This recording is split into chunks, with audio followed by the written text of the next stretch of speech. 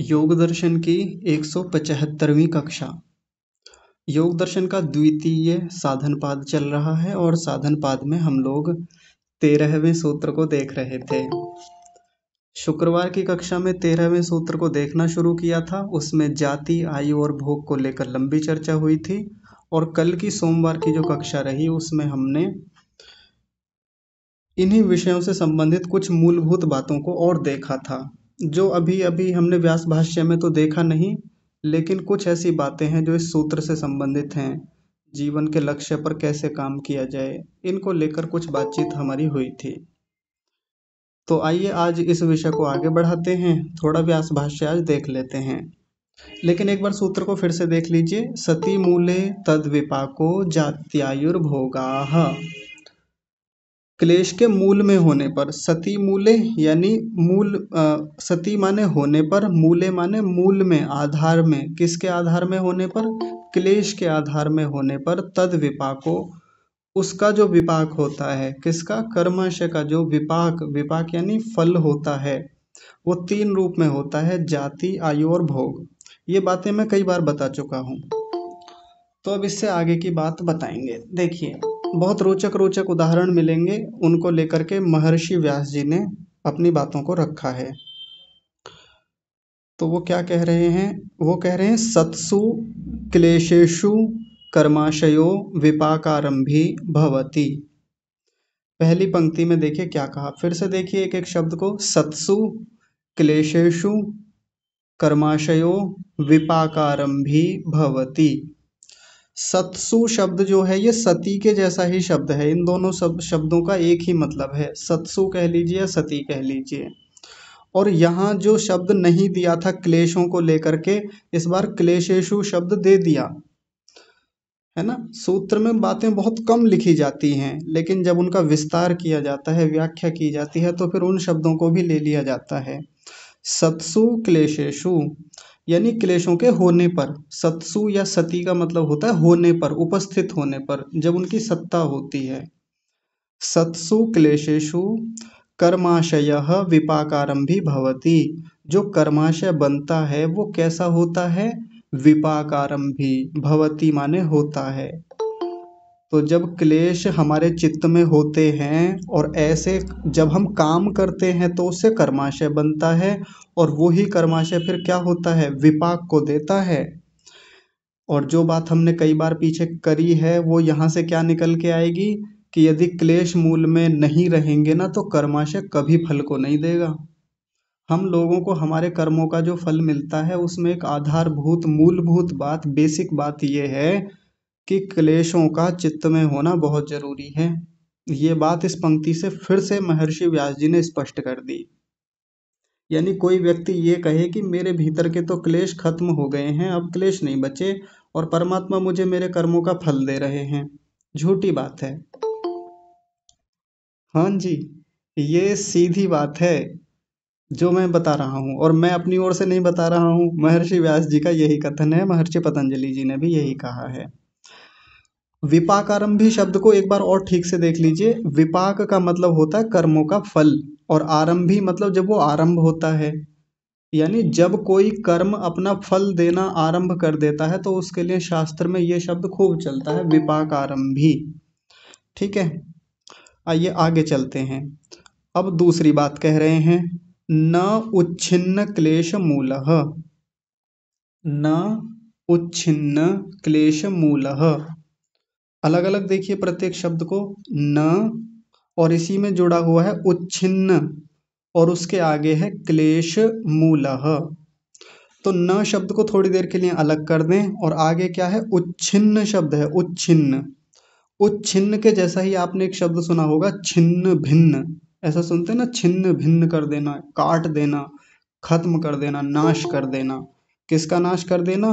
तो क्लेश मूलः। वो जो मूल में क्लेश है, यदि वो छिन्न भिन्न हो गया है तो क्या होगा? तो फिर पीछे से उठा लेंगे वाक्य को, विपाक आरंभी न भवति, और ये न यहीं जाके जुड़ जाएगा पीछे से। तो इसका तात्पर्य क्या निकला? इससे मतलब क्या निकल के आया कि यदि क्लेश मूल में नहीं है, क्लेश को समाप्त कर दिया है, छिन्न भिन्न कर दिया है, तो विपाकारंभी न भवति। न से यहाँ उस बात का निषेध कर दिया कि वो विपाकारंभी नहीं होता, यानी फिर फल को नहीं देता। तो जो मैं बात अपनी ओर से बता रहा था अभी कि यदि क्लेश खत्म हो गया है, क्लेश को छिन्न भिन्न कर दिया है, या क्लेश को दग्ध बीज कर दिया है हमने, क्लेश समाप्त हो गए हमारे भीतर के, तो ऐसा जो कर्माशय है, हमने चाहे अच्छे काम किए हैं चाहे बुरे काम किए हैं, हालांकि बुरे काम ऐसे करेगा भी नहीं ये व्यक्ति जिसके भीतर के क्लेश खत्म हो गए हैं, पर यदि कर्माशय बना भी है तो वो फिर विपाक आरंभ भी नहीं होता, यानी फल को देने वाला ही नहीं है, उसका फल मिलेगा ही नहीं। ये यहाँ तात्पर्य है इस बात का। अब देखिए एक उदाहरण दे रहे हैं, बहुत प्यारा और बहुत रोचक उदाहरण है। ऋषि की दृष्टि देखिए कैसे कैसे उदाहरण खोज के लेके आते हैं। जब हम लोग पिछले दिनों उदाहरण ढूंढ रहे थे, बात कर रहे थे कक्षा में, तो हम कहाँ तक सीमित थे, हम गेहूं के बीज का उदाहरण देख लेते थे क्लेशों को लेकर के, कि यदि गेहूं के बीज को भून दें जला दें, मक्के के बीज को भून दें जला दें, सरसों के बीज को भून दें जला दें, तो फिर वो उसका अंकुरण नहीं होता। लेकिन यहाँ देखिए कितना शानदार उदाहरण इन्होंने उठाया है। कह रहे हैं यथा तुषा वन तुषा वनद्धाः तुषा अनवद्धाः, और आगे है शाली तंडुला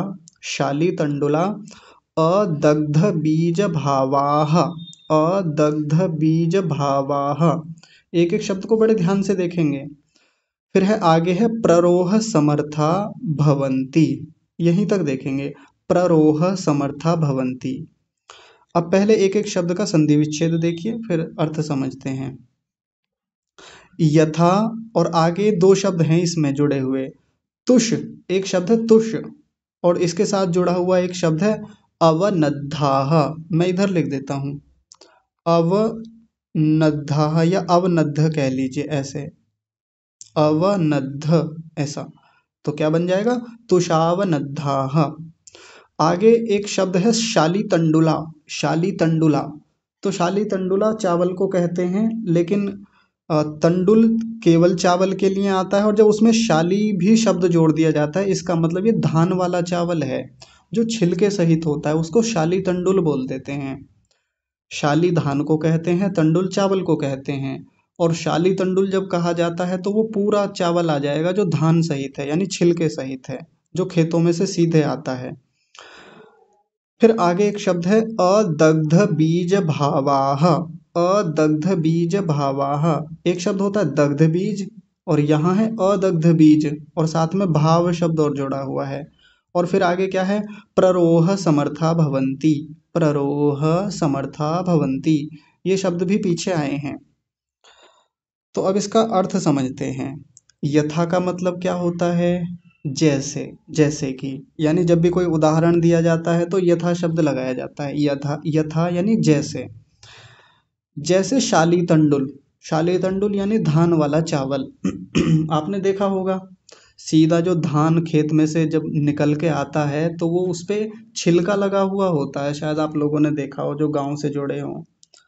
तो वो कैसा होता है, तुष अवनद्धाः। ये मैंने जो इधर अवनद्ध शब्द लिखा है ना, इसका मतलब होता है संबद्ध, जुड़ा हुआ, उससे युक्त। तुष कहते हैं छिलके को, जो उस धान में चावल के ऊपर जो छिलका होता है ना, उसको तुष बोलते हैं, तुष।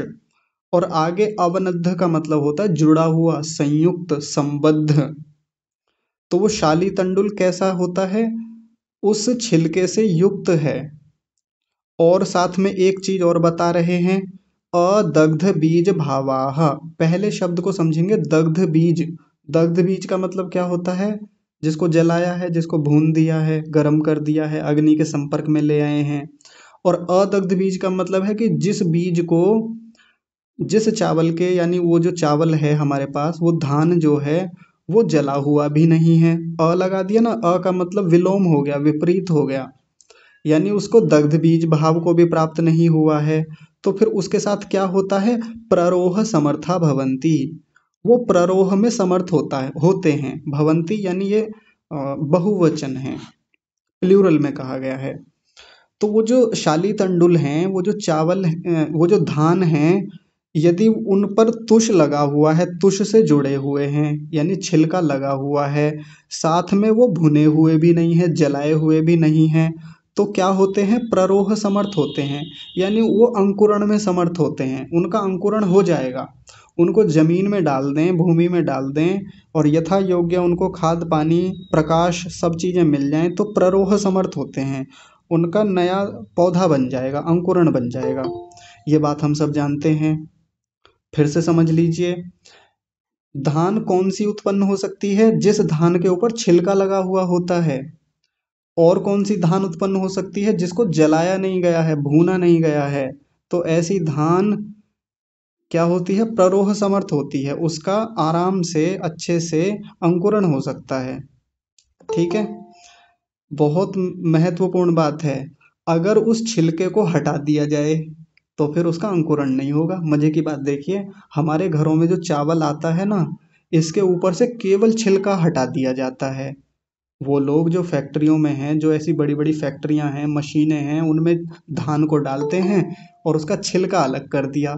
बस छिलका अलग हुआ है, कुछ विशेष काम नहीं हुआ है। लेकिन वो जो चावल हमारे घर में आया, उसको कितनी भी अच्छी मिट्टी में डाल दीजिए, कितना भी अच्छा खाद पानी प्रकाश दे दीजिए, वो प्ररोह में समर्थ नहीं होता, उसमें अंकुरण नहीं बन सकता, उसका पौधा नहीं बन सकता कभी भी। या क्या कर दें? उसको दग्ध बीज कर दें। दग्ध बीज करने का मतलब क्या है? जैसे हम लोग घर में कई बार, घर में तो बहुत कम लोग करते हैं, कुछ लोग कर भी लेते हैं कि सीधा धान लेके आएंगे और घर में नमक लेकर के, नमक को गर्म करके या बालू रेत को गर्म करके उसमें धान को डालते हैं और फिर उसकी खील बन जाती है, खील होती है ना। और कुछ लोग चावल की वो भी बनाते हैं जिसको हम मुरमुरे बोलते हैं, ऐसे बना लेते हैं, तो धान की खील बन जाती है। अब उसको क्या कहेंगे? दग्ध बीज हो गई वो। अब उस खील को, वो जो खील बन के आती है, ये क्या हुआ?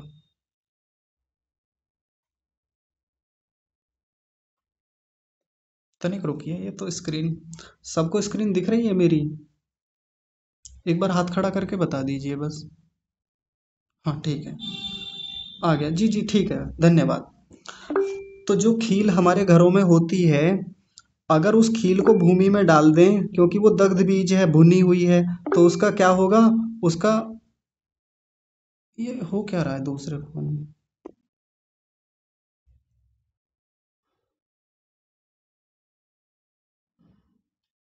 चलिए ऐसे ही करना पड़ेगा। हाँ, तो उसका अंकुरण होगा ही नहीं, यानी वो प्ररोह समर्थ होगा ही नहीं। तो प्ररोह होने के लिए, अंकुरण होने के लिए, यानी नया पौधा बनाने के लिए क्या होना जरूरी है?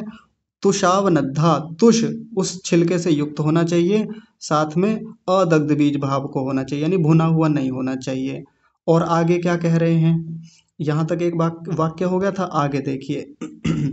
न अपनीत तुषा।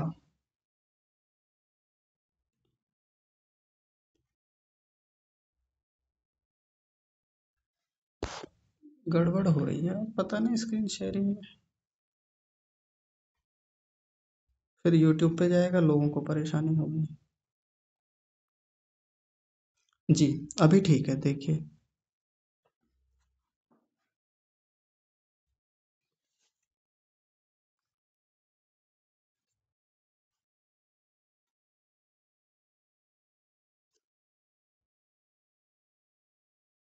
जा ही नहीं रहा उससे। तनिक रुकिए बस, आप 1 मिनट की प्रतीक्षा कीजिए। जी, अभी स्क्रीन ठीक है।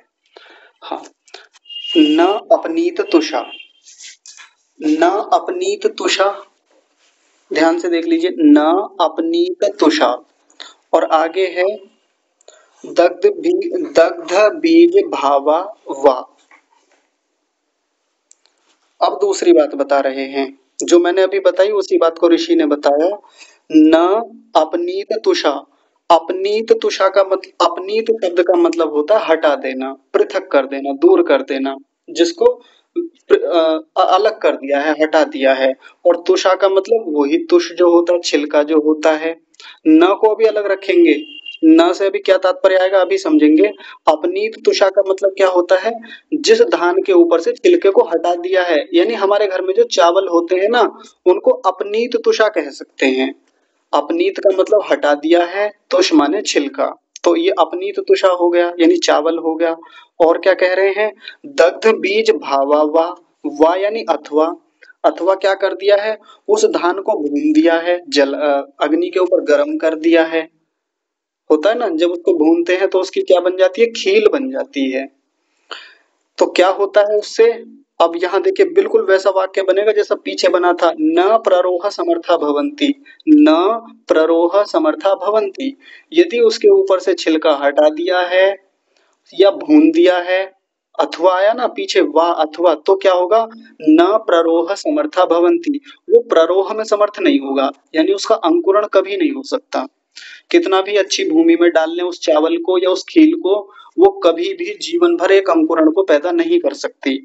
अब इन्होंने अपना सिद्धांत रख दिया उदाहरण के माध्यम से, उदाहरण रखा है, अब सिद्धांत को रखेंगे। देखिए अब आगे कह रहे हैं, तथा क्लेशा अवनद्धः, क्लेश अवनद्धः कर्माशयो विपाक प्ररोही भवति।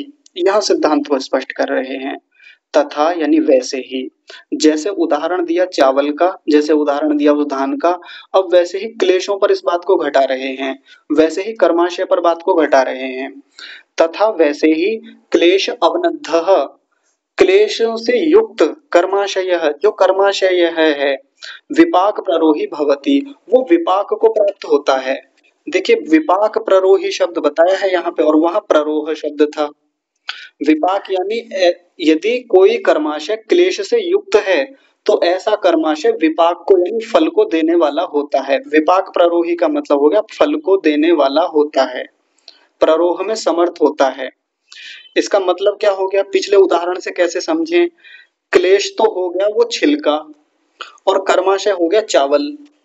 अगर क्लेश को हटा दिया तो ऐसा कर्माशय कभी फल को नहीं देगा, और अगर क्लेश जुड़ा हुआ है कर्माशय के साथ, जैसे छिलका जुड़ा हुआ होता है चावल के साथ, तो वैसा चावल वैसा धान नए बीज बना, नया पौधा बना देता है, अंकुरण हो जाता है, प्ररोह में समर्थ हो जाता है।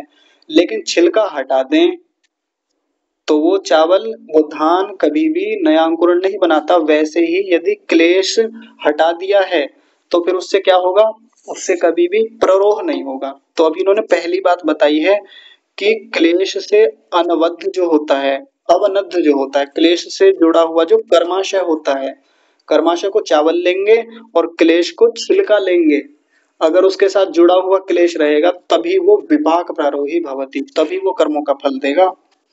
यानी हमको जो जाति आयु और भोग मिलते हैं ना, सीधी सी बात है कि हमारे कर्माशय के फल देने से ही मिलते हैं। जब हमने कर्म किए हैं, कर्माशय बना है, तो हमको उसका फल मिला है जाति आयु और भोग के रूप में।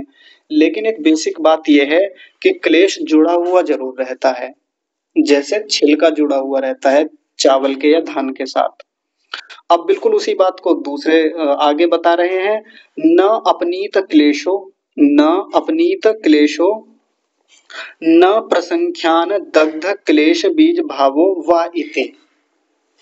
एक एक शब्द को देख लीजिए पहले, न अपनीत क्लेशो, ये शब्द पीछे आया है, देखिए बिल्कुल ऊपर आया ना, न अपनीत तुषा, और नीचे क्या कह दिया, न अपनीत क्लेशो।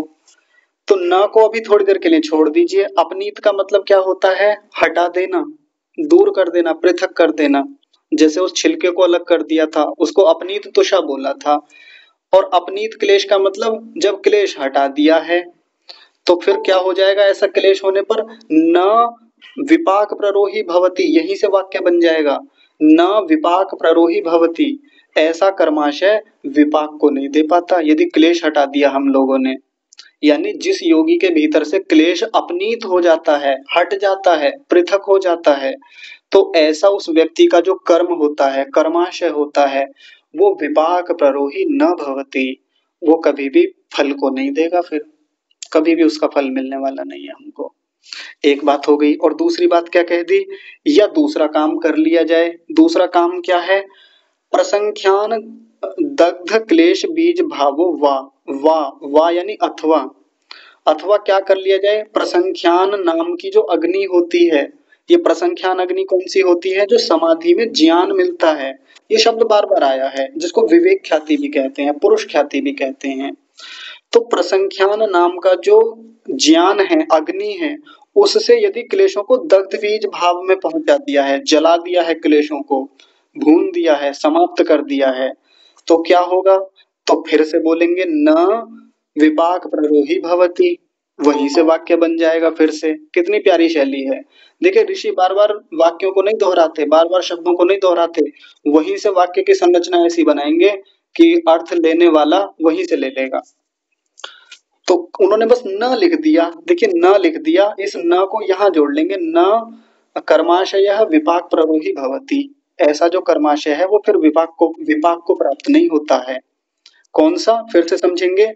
जिस योगी ने समाधि में जाकर के प्रसंख्यान को प्राप्त किया है, या प्रसंख्यान का मतलब वो ज्ञान जो आत्मा और चित्त के भेद को बताता है, इस पर बहुत लंबी हमारी चर्चाएं हुई हैं। तो वो अपने आप में एक अग्नि जैसी होती है, तुलना की गई है अग्नि से, एक प्रकार से उपमा दी गई है कि वो अग्नि के समान होता है वो ज्ञान। और वो जब ज्ञान हमारे भीतर उत्पन्न होता है समाधि में, तो वो क्लेशों को क्या कर देता है? जला देता है, दग्ध कर देता है। और जब ऐसे दग्ध हो जाते हैं हमारे क्लेश, जैसे उस धान को जला देते हैं ना अग्नि के ऊपर रख के, तो फिर वो उसको कितनी भी अच्छी भूमि दे ले, फिर वो अंकुरण को पैदा ही नहीं कर पाता। ठीक वैसी बात यहाँ बता दी कि यदि हमने उस ज्ञान से, जो परमात्मा ने हमको ज्ञान समाधि में दिया, यदि उस ज्ञान से हमने अपने क्लेशों को जला दिया, भून दिया, गर्म कर दिया, तो ऐसे जो कर्माशय हैं वो कभी भी फिर फल को नहीं देंगे। बहुत रोचक बात है। तो फिर हमको कर्म तो ऐसे ही करने हैं, हमारे भीतर यही स्थिति होनी चाहिए। कल जो कक्षा में अंत में चर्चा हुई थी बेला माता जी के प्रश्न को लेकर कि मनुष्य जीवन का लक्ष्य क्या है, हम उस पर काम कैसे करें, कहाँ से शुरुआत करें, तो हमारे जीवन का एक आरंभिक लक्ष्य यही होना चाहिए कि हम अपने इन क्लेशों को कैसे दग्धबीज करें, ताकि क्लेश दग्धबीज हो जाएं। और बार बार ये जो कर्माशय बनता है, बार बार जन्म लेना पड़ता है, बार बार मृत्यु होती है, अनेक योनियों में घूमना पड़ता है हमको, और उस बड़े महान सुख से वंचित रह जाते हैं हम जो परमात्मा का है। तो फिर क्या करें? इन क्लेशों को समाप्त करने पर हमारा पहला प्रयास होना चाहिए। ये क्लेशों को पहले पहचाने, इनको पहले तनु करें। पहला काम तो तनु करने का होता है, यानी कमजोर करने का होता है। और कमजोर करने की प्रक्रिया में आगे बढ़ते हुए फिर इनको दग्धबीज किया जाता है समाधि में जाकर के। ठीक है, ये बात पूरी हो गई। उदाहरण दे करके उन्होंने सिद्धांत को स्पष्ट कर दिया। उदाहरण से इस सिद्धांतों को ऐसे ही स्पष्ट करने की शैली हमारे ऋषियों की होती है। अब एक अंतिम पंक्ति में बात बता रहे हैं, जो इस पैराग्राफ की अंतिम पंक्ति है, स च विपाकः त्रिविधो जात्यायुर्भोग इति। जो सूत्र में लिखा था उसी बात को यहाँ अंतिम में पूरा कर दिया। स च विपाकः, यहाँ शब्द को खोलेंगे विपाकः, और इसी में जुड़ा हुआ है त्रिविधो। त्रिविधो, विपाकः और त्रिविधो ऐसा लिखा हुआ है। और ये शब्द फिर से आ गए, जाति रायु भोग। तो तीन शब्द हैं, जाति, आयु और भोग।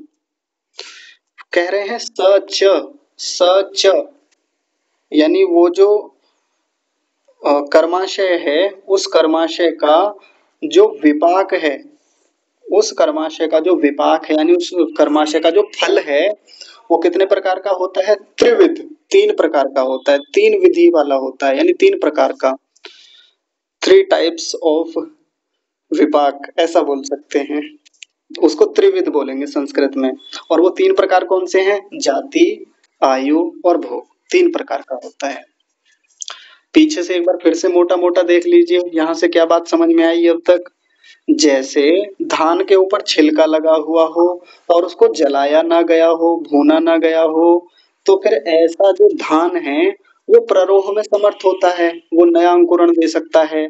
यदि उसको जला दिया जाए या उसके छिलके को हटा दिया जाए, तो फिर ऐसा जो चावल है, ऐसी जो खील है, वो कभी भी प्ररोह में समर्थ नहीं होती है ना। आसान भाषा में एक उदाहरण दे दिया ऋषि ने। तो उसी से सिद्धांत क्या स्पष्ट किया, यदि क्लेश नाम का छिलका कर्माशय से चिपका रहेगा, कर्माशय से जुड़ा रहेगा, चित्त से जुड़ा रहेगा, तो तब तक तो फल मिलता रहेगा, विपाक मिलता रहेगा। विपाक यानी फल, कर्मों का फल। और यदि उस क्लेश को हटा दिया या क्लेश को भून दिया, जला दिया, और क्लेश जलता किस चीज से है? प्रसंख्यान नाम की अग्नि से जलता है। यदि उसको जला दें और दग्ध बीज स्थिति में पहुंचा दें, तो ऐसा कर्माशय कभी भी फल को देने में समर्थ नहीं होता है। और यदि कर्मों का फल मिल रहा है तो वो 3 रूप में मिलता है, जाति, आयु और भोग। इस पर हमने लंबी चर्चा की थी कि परमात्मा हमें हमारे कर्मों के अनुसार हमें क्षमा कीजिए, हमें जाति देता है यानी शरीर देता है, भिन्न-भिन्न योनियों में पहुँचाता है, इसको जाति बोलते हैं।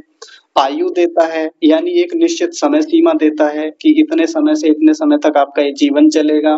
और भोग देता है, भोग यानी सुख देता है, दुख देता है, सुख के साधन देता है, दुख के साधन देता है, व्यवस्थाएं देता है, परिवेश देता है, संबंधी देता है। और वो सब व्यवस्थाएं, माँ का गर्भ होना भी अपने आप में ये भोग ही है। माँ का गर्भ मिलना भी एक प्रकार से भोग के अंतर्गत ही आएगा। किन्हीं किन्हीं लोगों को बड़ा खराब गर्भ मिलता है, किन्हीं किन्हीं लोगों का बड़ा सौभाग्य होता है कि बड़े पवित्र गर्भ उनको मिलते हैं। पवित्र गर्भ का मतलब कि जो माँ बहुत संस्कारी है, जो माँ बड़ी धार्मिक आध्यात्मिक है, ऐसे गर्भ को पवित्र गर्भ वाली माता कहते हैं। बाकी गर्भ में तो सबके वो प्रदूषण होता ही है, उस सेंस में जाके नहीं कह रहा मैं, आप समझ गए होंगे। तो यदि किसी के अच्छे कर्म हैं, अच्छा फल मिलेगा, अच्छा भोग मिलेगा, इसमें माँ, पिताजी और आसपास के सगे संबंधी, आसपास का परिवेश, वहाँ का वातावरण, वहाँ की जलवायु और वो देश कैसा है, वहाँ के लोग कैसे हैं, ये सब भी हमारे भोग पर ही निर्भर करता है। और ये भोग कैसे मिलता है? हमारे कर्माशय से। अच्छे कर्माशय अच्छा भोग, बुरे कर्माशय बुरा भोग। लेकिन याद रखें ये तभी मिलता है जब क्लेश मूल में होता है। अगर क्लेश जिसका खत्म हो गया तो ये जन्म मरण का चक्कर ही खत्म हो जाएगा। ना जाति मिलेगी, ना आयु मिलेगी, भोग की तो कोई बात ही नहीं रह जाती फिर। एक पैराग्राफ समाप्त हुआ हमारा, एक अनुच्छेद समाप्त। अब देखिए आगे एक नई चर्चा शुरू कर रहे हैं। बहुत रोचक बात है इसमें। कई बार ऐसे प्रश्न खड़े होते हैं, हमारे मन में भी ऐसा प्रश्न आ सकता है। तो देखिए यहाँ कुछ प्रश्न खड़े करेंगे, फिर उनके स्वयं से समाधान करेंगे। ऋषियों की शैली होती है, बहुत रोचक मजेदार शैली है। ऋषि दयानंद भी इसका पालन करते थे। स्वयं से प्रश्न करेंगे, फिर उसका समाधान करेंगे। तो देखिए क्या कह रहे हैं, तत्र इदम विचार्यते। तत्र इदम विचार्यते, बहुत मजे में पढ़ते चलेंगे, एकदम आराम से, रोचकता के साथ। जीवन से जोड़ के देखेंगे ना तो सिद्धांतों को समझना बहुत आसान हो जाता है। पर यदि उसको केवल उसी दृष्टि से देखें, शास्त्रीय दृष्टि से, तो फिर कठिन लगता है मामला, रोचकता नहीं बनती हमारी। तत्र इदम विचार्यते, तत्र माने यहाँ पर, ये जो प्रसंग चल रहा है इस प्रसंग में इदम माने यह, विचार्यते माने ऐसा विचारते हैं, ऐसा विचार किया जाता है। यहाँ इस प्रसंग में ऐसा भी विचार किया जाता है। कौन सा विचार है? तो देखिए उस विचार को यहाँ कुछ वाक्यों में बताया। अब ये जब ये वाक्य पढ़ते हैं ना, जब कोई आरंभिक व्यक्ति पहली बार यहाँ इस योग दर्शन में इन वाक्यों को पढ़ता है ना, तो दिमाग चकरा जाता है। लेकिन आपको समझने के लिए एक चित्र बनाया है बहुत प्यारा सा, वहां से सारा समझ में आ जाएगा। मैं आपको ग्रुप में भेजूंगा, तो आप उस चित्र से अपनी नोटबुक में वैसे ही उसको लिख लीजिएगा, नोट कर लीजिएगा, तो आसान हो जाएगा। देखिए क्या कह रहे हैं, किम एकम कर्मैकस्य जन्मनः कारणम अथ एकम कर्म अनेकम जन्म आक्षिपति इति। आक्षिपति इति, पहले एक एक शब्द का संधि विच्छेद करते हैं। इसमें 2 शब्द हैं, किम और एकम। किम जमा एकम है ना, आसान है। और आगे है कर्मः जमा एकस्य, कर्म जमा एकस्य, तो कर्म एकस्य बना। एक शब्द इसमें जुड़ा हुआ है कर्म, और दूसरा है एकस्य। एकस्य, एक होता है ना एक, उसके लिए एकस्य लिखा हुआ है। और आगे है जन्मनः, फिर आगे है कारणम।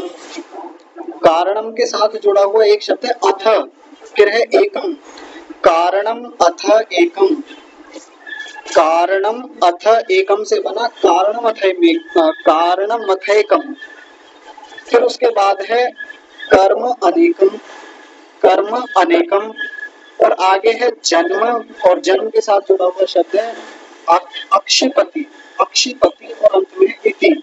अक्षिपति को समझिए इसका मतलब क्या होता है। चलो उनका वीडियो ऑन है, वीडियो बंद कर लीजिए आप। तो यहाँ एक धारणा प्रस्तुत की जा रही है, एक विचारणा प्रस्तुत कर रहे हैं। किम एकम कर्म एकस्य जन्मनः कारणम, ये पहला वाक्य कहा।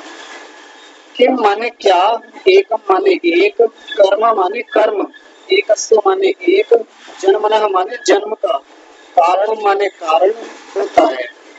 यह प्रश्न खड़ा किया कि क्या एक कर्म एक जन्म का कारण होता है। यानी हमने एक कर्म किया और उस एक कर्म के करने से क्या एक जन्म मिल जाता है।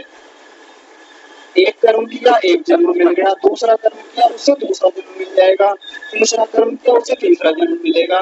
यानी एक एक कर्म से एक एक जन्म मिलता है। क्या क्या एक कर्म एक जन्म का कारण होता है। किम एकम कर्म एकस्य जन्मनाम कारणम।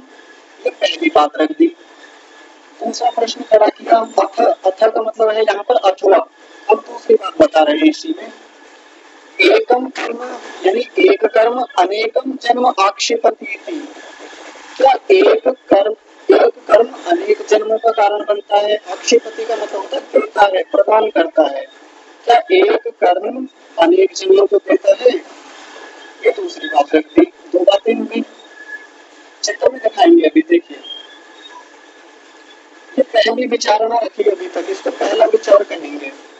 एक कर्म एक जन्म को देता है, ये प्रश्न है। क्या एक कर्म से एक जन्म मिलता है। क्या एक कर्म से अनेक जन्म मिलते हैं, ऐसा प्रश्न किया। ये पहली विचारणा है, पहला विचार रखा। हम लोगों के मन में भी ये प्रश्न आ सकता है कि क्या हम जो जितने कर्म एक जीवन में करते हैं, तो एक कर्म किया उससे एक जीवन एक जन्म मिल जाएगा, या एक कर्म करने से बहुत सारे जीवन मिल जाएंगे, बहुत सारे जन्म मिलेंगे। प्रश्न तो उठता है, प्रश्न तो होना चाहिए, हमारे मन में भी कई बार आता है। ये तो पहली विचारणा रखी, पहला विचार रखा उन्होंने। अब आगे कह रहे हैं द्वितीय विचारणा, दूसरी विचारणा, दूसरा विचार प्रस्तुत कर रहे हैं। वो क्या है, किम अनेकम कर्म अनेकम जन्म निर्वर्तयति। बहुत आसान सा वाक्य है, किम अनेकम कर्म अनेकम जन्म निर्वर्तयति। क्या अनेक कर्म अनेक जन्मों को देते हैं। निर्वर्तयति का मतलब सिद्ध करते हैं या देते हैं। यानी अनेक कर्म किए तो अनेक जन्म होंगे। आप लोगों के मन में समाधान भी आ रहा होगा, आप सोच रहे होंगे हाँ ये वाला ठीक लग रहा है हमें तो, लेकिन ऐसा नहीं है। अगला वाक्य देखिए, एक अंतिम वाक्य और बचा है इसी में। अंतिम वाक्य क्या है, अथ, अथ माने अथवा, अनेक कर्म एक जन्म निर्वर्तयति इति। अनेक कर्म मिलकर एक जन्म को देते हैं। ऐसे पढ़िए, इस दूसरी विचारणा को फिर से देखिए। क्या अनेक कर्म मिलकर के अनेक जन्मों को देते हैं, अथवा अनेक कर्म क्या अनेक कर्म मिलके एक अनेक जन्मों को देते हैं, अथवा अनेक कर्म मिलके एक जन्म को देते हैं। अनेकम कर्म एकम जन्म निर्वर्तयति। चित्र में देख लीजिए, आसान हो जाएगा द्वितीय विचारणा का। अनेक कर्म मिलके अनेक जन्मों को देते हैं, या अनेक कर्म मिलके एक जन्म को देते हैं। इनमें से कौन सा ठीक है, ये वाला ठीक है या ये वाला ठीक है, ऐसा प्रश्न उन्होंने खड़ा किया। दो विचारणा प्रस्तुत की, यानी दो विचार उन्होंने यहाँ पर हमारे सामने रखे। एक बार फिर से अच्छे से दोनों विचारों को देखिए। पहला विचार था, क्या एक कर्म किया एक जन्म मिल गया। मैंने आज एक कर्म किया, मान लीजिए मैंने किसी को दान दिया, किसी गुरुकुल में जाकर कुछ धन दान दे दिया, कुछ विद्या दान दे दी, एक कर्म किया, तो क्या इस एक कर्म के आधार पर मुझको एक जन्म मिल जाएगा, एक मनुष्य जन्म मिल जाए। जब अच्छा काम किया है तो मनुष्य जन्म मिलेगा, है ना। क्या ऐसा ये ठीक है। अभी विचार रखा जा रहा है, अभी समाधान नहीं बता रहे हैं। ये इसी में मान लीजिए मैंने कोई एक कर्म और किया, साथ में मैंने अगले दिन एक काम और कर दिया बढ़िया सा कोई, मैंने कुछ गरीब लोगों को, मैंने कुछ भूखे लोगों को भोजन करा दिया, ये दूसरा कर्म हो गया। अब उसको एक नया जन्म मिलेगा, मुझको अलग से एक अलग और जन्म मिलेगा, इंडिविजुअल मिलेगा। तो पहला बात, पहली विचारणा में पहली बात क्या रखती कि एक कर्म से एक जन्म मिलता है, साथ में इसमें एक और दूसरी बात रखी, एक कर्म करने से अनेक जन्म मिल जाते हैं।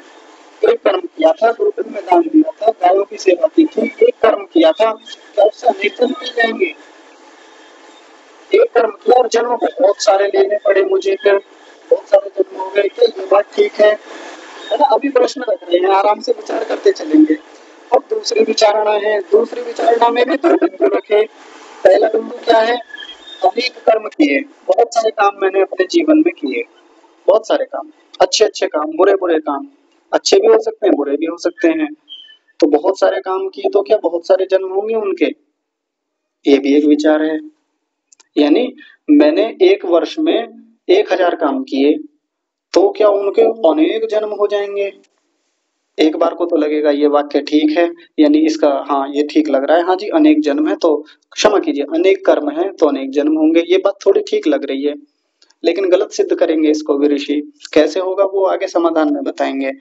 और इसी दूसरी विचारणा में जो दूसरा बिंदु है वो कह रहे हैं क्या अनेक कर्मों से एक जन्म बनता है? बहुत सारे कर्म मैंने जीवन भर किए, उनका मिला जुला करके देख करके कि हाँ इनको उठा लिया है, ये इतने अच्छे उठा लिए, इतने बुरे उठा लिए, इन सब का एक कर्माशय बन गया, एक प्रारब्ध बन गया, अब इनसे एक जन्म दे दिया जाता है। ये वाला ठीक है, अंतिम वाला। ये प्रश्न हम सबके साथ भी है।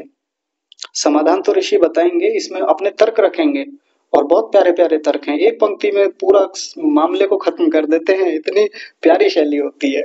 हम लोग तो जैसे मैं यहाँ व्याख्या कर रहा हूँ, मुझे व्याख्या करने के लिए घंटों लेने पड़ते हैं, कितने वाक्य बोलने पड़ते हैं, और समझने वालों को, छात्रों को, विद्यार्थियों को समझने के लिए तो और विस्तार होता है, वो खुद भी विचार करते हैं तब जाके सिद्धांत समझ में आता है। लेकिन हम देखेंगे कि इन सारी बातों का समाधान ऋषि ने एक एक वाक्य में कर दिया। जिन गलत बातों को गलत सिद्ध करना है, खंडन करना है, वो भी एक वाक्य में कर देंगे, और जिन सही बातों को सत्य सिद्ध करना है उनको भी एक एक वाक्य में सत्य सिद्ध करके दिखाएंगे। तो ऋषियों के प्रति ऐसी श्रद्धा हमारी होनी चाहिए, उनकी शैली को पकड़ने का प्रयास करना चाहिए, फिर शास्त्र पढ़ने में बहुत आनंद आता है, बहुत रोचकता बनती है। तो ये प्रश्न जो यहाँ विचारणा के रूप में रखे हैं, दो विचारणाएं हैं, दोनों विचारणाओं में दो दो बिंदु हैं, कुल 4 बिंदु हैं। इन 4 बिंदुओं में से कौन सी बात सही हो सकती है, आप लोग आराम से विचार कीजिए, देखते रहिए, एकांत में चिंतन में बैठिए, ध्यान में बैठिए, उपासना में बैठिए, देखिए कि इनमें से कौन सी बात ठीक हो सकती है। आपसे भी कल पूछने का प्रयास करेंगे, आप जैसा बताएंगे फिर देखेंगे, पुस्तक में पढ़ लीजिए आप, और फिर समाधान ऋषियों का देखेंगे उन्होंने कैसा समाधान किया है। अभी थोड़ी व्यस्तता है तो इसलिए आज की कक्षा को यहीं विराम देंगे, आज की कक्षा को यहीं रोकते हैं। आप सभी को सादर प्रणाम।